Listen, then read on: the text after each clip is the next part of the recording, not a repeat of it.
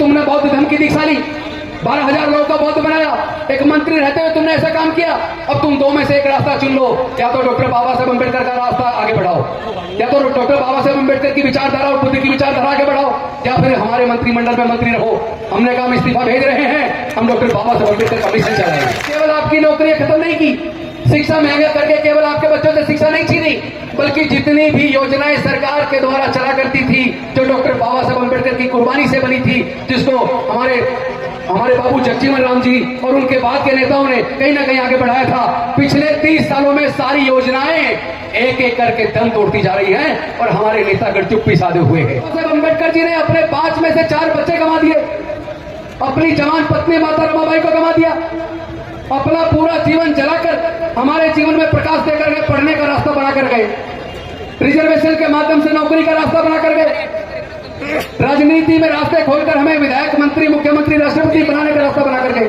संत गाडगे जी, ज्योतिबा फूले जी, सावित्रीबाई फूले जी, फातिमा शेख जी, नारायण गुरु जी, doctor Baba Saheb Ambedkar ji, माता रमाबाई जी, जगदेव बाबू कुशवाहा जी, रामस्वरूप वर्मा जी, ललित सिंह यादव जी, मान्यवर कांसीराम साहब, बुद्धप्रिय मौर्य जी और तमाम समाज के महापुरुषों के चरणों में नमन करते हुए आदरणीय भिक्षु संघ, मंच पर बैठे सभी अतिथिगण, नेतागण और सारे मेरे साथियों, उपासक उपासिकाओं, सभी को क्रांतिकारी जय भीम, विनम्र नमो बुधाय। साथियों, बहुत सारी बातें हमारे अनेकों साथियों ने कही, लेकिन मैं एक बात आपसे पूछना चाहता हूं। ये 9वां राष्ट्रीय बौद्ध सम्मेलन है और इससे पहले मैं समझता हूं हजारों प्रोग्राम पूरे भारतवर्ष में बहुजन समाज के लोगों ने, अम्बेडकरवादियों ने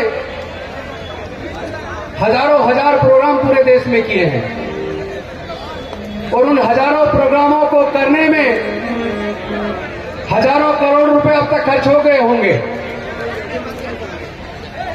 बाबा साहेब के दिए रिजर्वेशन से हजारों लोग राज्यों के अंदर मंत्री बने, विधायक बने, केंद्र के अंदर सैकड़ों मंत्री बने, मुख्यमंत्री बने, यहां तक राष्ट्रपति बने।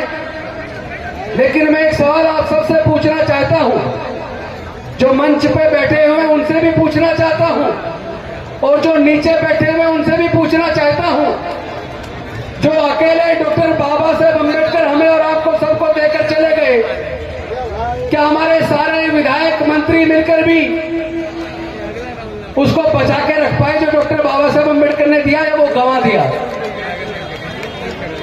दिया ना? तो हमने पाया क्या? डॉक्टर बाबा साहेब अम्बेडकर जी ने अपने 5 में से 4 बच्चे गंवा दिए, अपनी जवान पत्नी माता रमाबाई को गंवा दिया, अपना पूरा जीवन जलाकर हमारे जीवन में प्रकाश देकर गए, पढ़ने का रास्ता बनाकर गए, रिजर्वेशन के माध्यम से नौकरी का रास्ता बनाकर गए, राजनीति में रास्ते खोलकर हमें विधायक, मंत्री, मुख्यमंत्री, राष्ट्रपति बनाने का रास्ता बनाकर गए। लेकिन आज की सरकारों ने देश की सारी सार्वजनिक उपक्रम की कंपनियों को बेच डाला, रेलवेज को आधा से ज्यादा प्राइवेटाइज कर दिया, आधे से ज्यादा बैंक बेच दिए, आधे से ज्यादा इंश्योरेंस कंपनियां बेच दी, एयर इंडिया बेच दिया, एयरपोर्ट बेच दिए, देश के बंदरगाह बेच दिए, पाल्को बेच दिया, नाल्को बेच दिया, गैस कंपनियां बेच दी, पेट्रोलियम कंपनियां बेच दी। जहां लाखों लाख लोगों को रोजगार मिल जाया करता था, वो लाखों लाख रोजगार देने वाली कंपनी भारत की सरकारों ने बेच दी और बड़े मुश्किल से हमारे लोग पढ़ लिख कर बाबा साहेब के रिजर्वेशन से नौकरियों में आए थे। एक मध्यम वर्ग बना था, उस मध्यम वर्ग के चंदे से बाम सेफ चलता था, उस मध्यम वर्ग के चंदे से हमारे सारे संगठनों के प्रोग्राम होते थे। आज वो मध्यम वर्ग खत्म होता जा रहा है। मैं पूरे देश में जहां भी जाता हूं, इतने लोग या तो बेरोजगार जवान लड़के मिलते हैं या फिर बुजुर्ग, रिटायर्ड नौकरी से रिटायर्ड बुजुर्ग मिलते हैं। नौकरियां मिल नहीं रही हैं और शिक्षा को इतना महंगा हमारे हाथ से शिक्षा भी छिन गई है। ऐसे में क्या इस बात पे चर्चा नहीं होनी चाहिए कि अब हमारे आगे का रास्ता क्या बने, हमारे आने वाले बच्चों का भविष्य कैसे सुरक्षित हो? क्या पैसे के अभाव में हमारे लोग अपने बच्चों की पढ़ाई को छुड़वा नहीं देंगे? तब रोजगार नहीं होगा, नौकरियां नहीं होंगी, इतना पैसा हमारे लोगों के पास नहीं है कि अपने खुद के बिजनेस शुरू कर लें। सरकारों से जो योजनाएं चलती थी, जिस योजनाओं से सस्ते दर पे हमारे लोगों को लोन मिल जाया करता था, जिस लोन से छोटे मोटे रोजगार शुरू किया करते थे, आज देश की सरकारों ने scheduled caste component plan fund को भी घटाते घटाते लगभग खत्म कर दिया। सूर ड्राइव सब प्लान का भी फंड लगातार घटाते घटाते खत्म कर दिया। यानी केवल आपकी नौकरियां खत्म नहीं की, शिक्षा महंगा करके केवल आपके बच्चों से शिक्षा नहीं छीनी, बल्कि जितनी भी योजनाएं सरकार के द्वारा चला करती थी, जो डॉक्टर बाबा साहब अम्बेडकर की कुर्बानी से बनी थी, जिसको हमारे बाबू जगजीवन राम जी और उनके बाद के नेताओं ने कहीं ना कहीं आगे बढ़ाया था, पिछले 30 सालों में सारी योजनाएं एक एक करके दम तोड़ती जा रही हैं और हमारे नेतागण चुप्पी साधे हुए हैं। और जो बोलते हैं उन्हें कुर्सी छोड़नी पड़ती है। लेकिन मैं आपसे पूछना चाहता हूं, कुर्सी को बचाए रखना ज्यादा जरूरी है या समाज की लड़ाई लड़ने के लिए समाज के मुद्दों पे बोलना ज्यादा जरूरी है?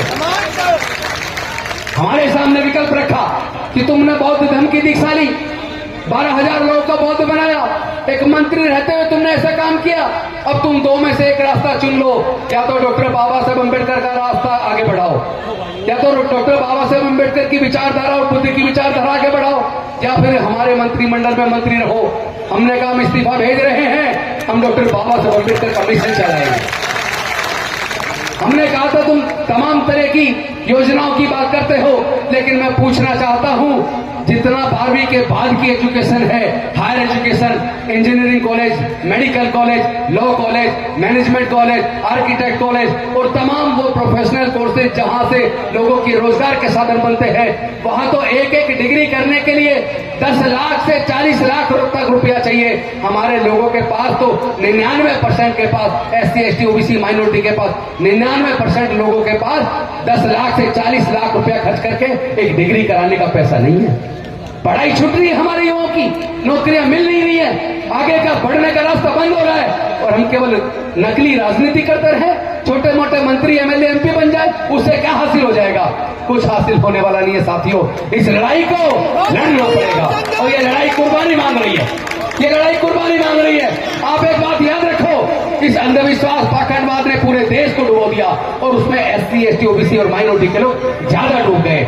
मैं पूछना चाहता हूं, क्या लोग अपने घर पे नहाते नहीं है? क्या पूरे देश के अंदर नदियां नहीं है? क्या नदियों के अंदर हमारे लोग कितना वहीं से खेती करते हैं, पानी लेके वहीं पे नहा लेते हैं, वहीं पे अपने भैंसों को चलाते हैं?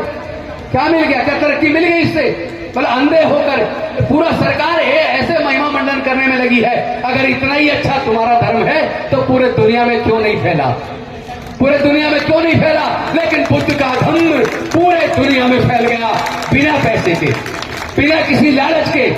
दूसरे लोगों पर आरोप लगता है, ईसाइयों पर, मुस्लिमों पर आरोप लगता है, वो लालच देकर अपने धर्म को फैला रहे हैं। लेकिन मैं आप सबसे पूछना चाहता हूं, क्या बौद्ध धर्म को फैलाने के लिए किसी ने कभी कोई लालच दिया? अरे जिसमें अच्छाई होगी, जिसमें मानव कल्याण की भावना होगी, जिसने पूरे दुनिया को मानवता और शांति का संदेश दिया, जिसमें समता, स्वतंत्रता, बंधुता, न्याय, प्रज्ञा, शील, करुणा और मैत्री का भाव है, जिसमें लोगों के आगे बढ़ने का रास्ता है, जिसमें पाखंडवाद, अंधविश्वास के लिए कोई जगह नहीं है, जो वैज्ञानिक दृष्टिकोण से चलता है, वो बुद्ध का धर्म मानव मात्र के लिए कल्याणकारी है, अपनी अच्छाई के वजह से बढ़ रहा है। मैं कहना चाहता हूं बनते सुमित रतन जी, इस बौद्ध धम्मे के कारवां को तेजी से आगे बढ़ाने की जरूरत है। आज आपको शायद पता ना हो, पटना के बौद्ध गया के अंदर जो महाबोधि टेम्पल है, जहां पे तथागत बुद्ध को ज्ञान की प्राप्ति हुई थी, उसको चलाने के लिए जो मैनेजमेंट कमेटी है, उसके लिए एक BP एक्ट है, BP एक्ट। उस एक्ट के तहत मैनेजमेंट कमेटी में आधे सदस्य बौद्ध होते हैं, लेकिन आधे सदस्य पंडित होते हैं, ब्राह्मण होते हैं। आपने क्या कभी देखा किसी क्रिश्चियन के चर्च को मैनेज करने के लिए मैनेजमेंट कमेटी में क्रिश्चियन से अलग किसी और दूसरे धर्म का आदमी हो? आपने देखा किसी मस्जिद को चलाने के लिए मैनेजमेंट कमेटी के अंदर मुस्लिम से अलग किसी और धर्म का आदमी हो? आपने कभी देखा किसी गुरुद्वारे के अंदर सिखों से अलग किसी दूसरे धर्म का आदमी किसी हिंदू मंदिर के अंदर उसका संचालन करने के लिए किसी दूसरे धर्म के हो, तो फिर बौद्धों का आस्था का केंद्र जहां जहां तथागत बुद्ध को ज्ञान की प्राप्ति हुई, उस मां बोधि टेम्पल को चलाने के लिए मैनेजमेंट कमेटी में बौद्धों से अलग आधे हिंदू क्यों रखे? उस एक्ट को खत्म किया जाए, इसके लिए बहुत बड़ा आंदोलन चल रहा है। पटना के अंदर रैली की हम गए थे और इस वक्त वहां पे भूख हड़ताल चल रही है। बोधगया के अंदर भूख हड़ताल चल रही है। अभी पूरे 1 महीने पूरे बिहार में रथ यात्रा निकाल के लोगों को जागरूक किया गया और वहां लोग बहुत बड़ी मात्रा में लोग भूख हड़ताल पे बैठे हैं। मैं आप सबसे निवेदन करता हूं, आप सब लोग मुल्क के पूरे देश के लोगों को, आप लोग कहते हैं कि हम बौद्ध हैं, बौद्ध विचारधारा को मानते हैं, तो क्या आप ये नहीं मानते कि बौद्धों की आस्था का केंद्र महाबोधि टेम्पल वो मुक्त होना चाहिए, ब्राह्मणों से मुक्त होना चाहिए, पूरी तरीके से बौद्धों के हाथ में आना चाहिए? क्या आप तैयार हैं? इस लड़ाई को लड़ना पड़ेगा। आप समझिए, हमारे साथी, हमारे बौद्ध भिक्षु और समाज के लोग, बौद्ध लोग वहां भूख हड़ताल पर बैठे हैं। क्या हमें और आपको सबको उनका साथ देना चाहिए कि नहीं देना चाहिए? हम इस लड़ाई को लड़ेंगे। मैं खुद अब 2-3 दिन के बाद बोधगया जाने वाला हूं। इस लड़ाई को तेज करेंगे। हम जानते हैं ये लड़ाई कुर्बानी मांग रही है, हम कुर्बानी देने के लिए तैयार हैं, लेकिन अपनी आस्था के, तुम्हारी आस्था आस्था है, हमारी आस्था की कोई कदर नहीं है। अरे आपने तो वो मस्जिद तोड़कर वहां जो मंदिर बनाया, पता नहीं कितने लोग मारे गए, पूरे देश में दंगे हुए। मतलब तुम्हारी आस्था आस्था है, हमारी आस्था आस्था नहीं है। हमारे बौद्ध मंदिर के अंदर ब्राह्मणों का क्या काम? उसके अंदर केवल बौद्ध पुजारी होने चाहिए, केवल बौद्ध होने चाहिए। इस लड़ाई को हम तेज करेंगे। और साथियों, मैं बनते सुमित रतन जी को बधाई देता हूं इस 9वें बौद्ध सम्मेलन के लिए, लेकिन साथ ही साथ निवेदन करता हूं कि ये सम्मेलन तो जारी रहे, लेकिन बौद्ध बनना नाम मात्र का बौद्ध मत बनिए। 22 प्रतिज्ञा लेने से, बौद्ध धर्म की दीक्षा लेने से काम नहीं चलेगा। बुद्ध की विचारधारा में को आत्मसात करने से, अपने आचरण में उतारने से काम चलेगा। आप बौद्ध भी बने और आप अंधविश्वास पाखंडवाद भी माने, आप फिर वो फेरे भी करवाएंगे, आप बच्चे का नामकरण भी उसको बुला के करवाएंगे। ये दोहरी नीति नहीं चलेगी। इसी की वजह से बौद्ध धर्म का ह्रास हुआ है, इसी की वजह से हम लोग, हमारा पतन हो रहा है, इसी की वजह से हम पिछड़ रहे हैं, इसी की वजह से हमारा सब कुछ छिनता जा रहा है। अगर हम लोग प्योर बौद्ध बन जाएं और बुद्ध की विचारधारा को आत्मसात करें, अपने आचरण में उतारें, तो निश्चित तौर पर हमारा, आपका सबका कल्याण होगा और भारत आगे बढ़ेगा। क्योंकि डॉक्टर बाबा साहेब अम्बेडकर जी ने 25 नवंबर 1949 को अपने भाषण में कहा था, उन्होंने कहा था कि जिस दिन देश के लोग धर्म को देश से ऊपर मान लेंगे, उस दिन देश तबाह हो जाएगा, लोग गुलाम हो जाएंगे। आज भारत को सरकारें खुद गुलामी की तरफ लेके जा रही है। आपकी पढ़ाई का खर्च नहीं बढ़ाएंगे, आपके बच्चों की हायर एजुकेशन की फीस माफ नहीं करेंगे, आपके बच्चों को वजीफा नहीं देंगे, लेकिन मंदिर के लिए हजारों करोड़, और ये अदर कुंभ, फलाना कुंभ, ढिगड़ा कुंभ, उसके लिए हजारों करोड़ लगा देंगे। अरे हम लोग मेहनत लोग हैं, अपनी कमाई से खाते हैं, मेहनत करके कमाते हैं। इस मिशन को मजबूत कीजिए, अंधविश्वास पाखंडवाद को त्याग दीजिए, निश्चित तौर पर आपका विकास होगा। इन्हीं शब्दों के साथ मैं अपनी वाणी को विराम देता हूं, चूंकि और भी कई साथी को बोल रहे हैं, बंदी जी ने बताया 5 बजे समापन करना है। मैं इसलिए अपनी बात को बीच में ही रोककर बाकी साथियों को समय दूंगा। बहुत बहुत धन्यवाद। नमो बुद्धाय। जय भीम, जय भारत, जय संविधान, जोहार।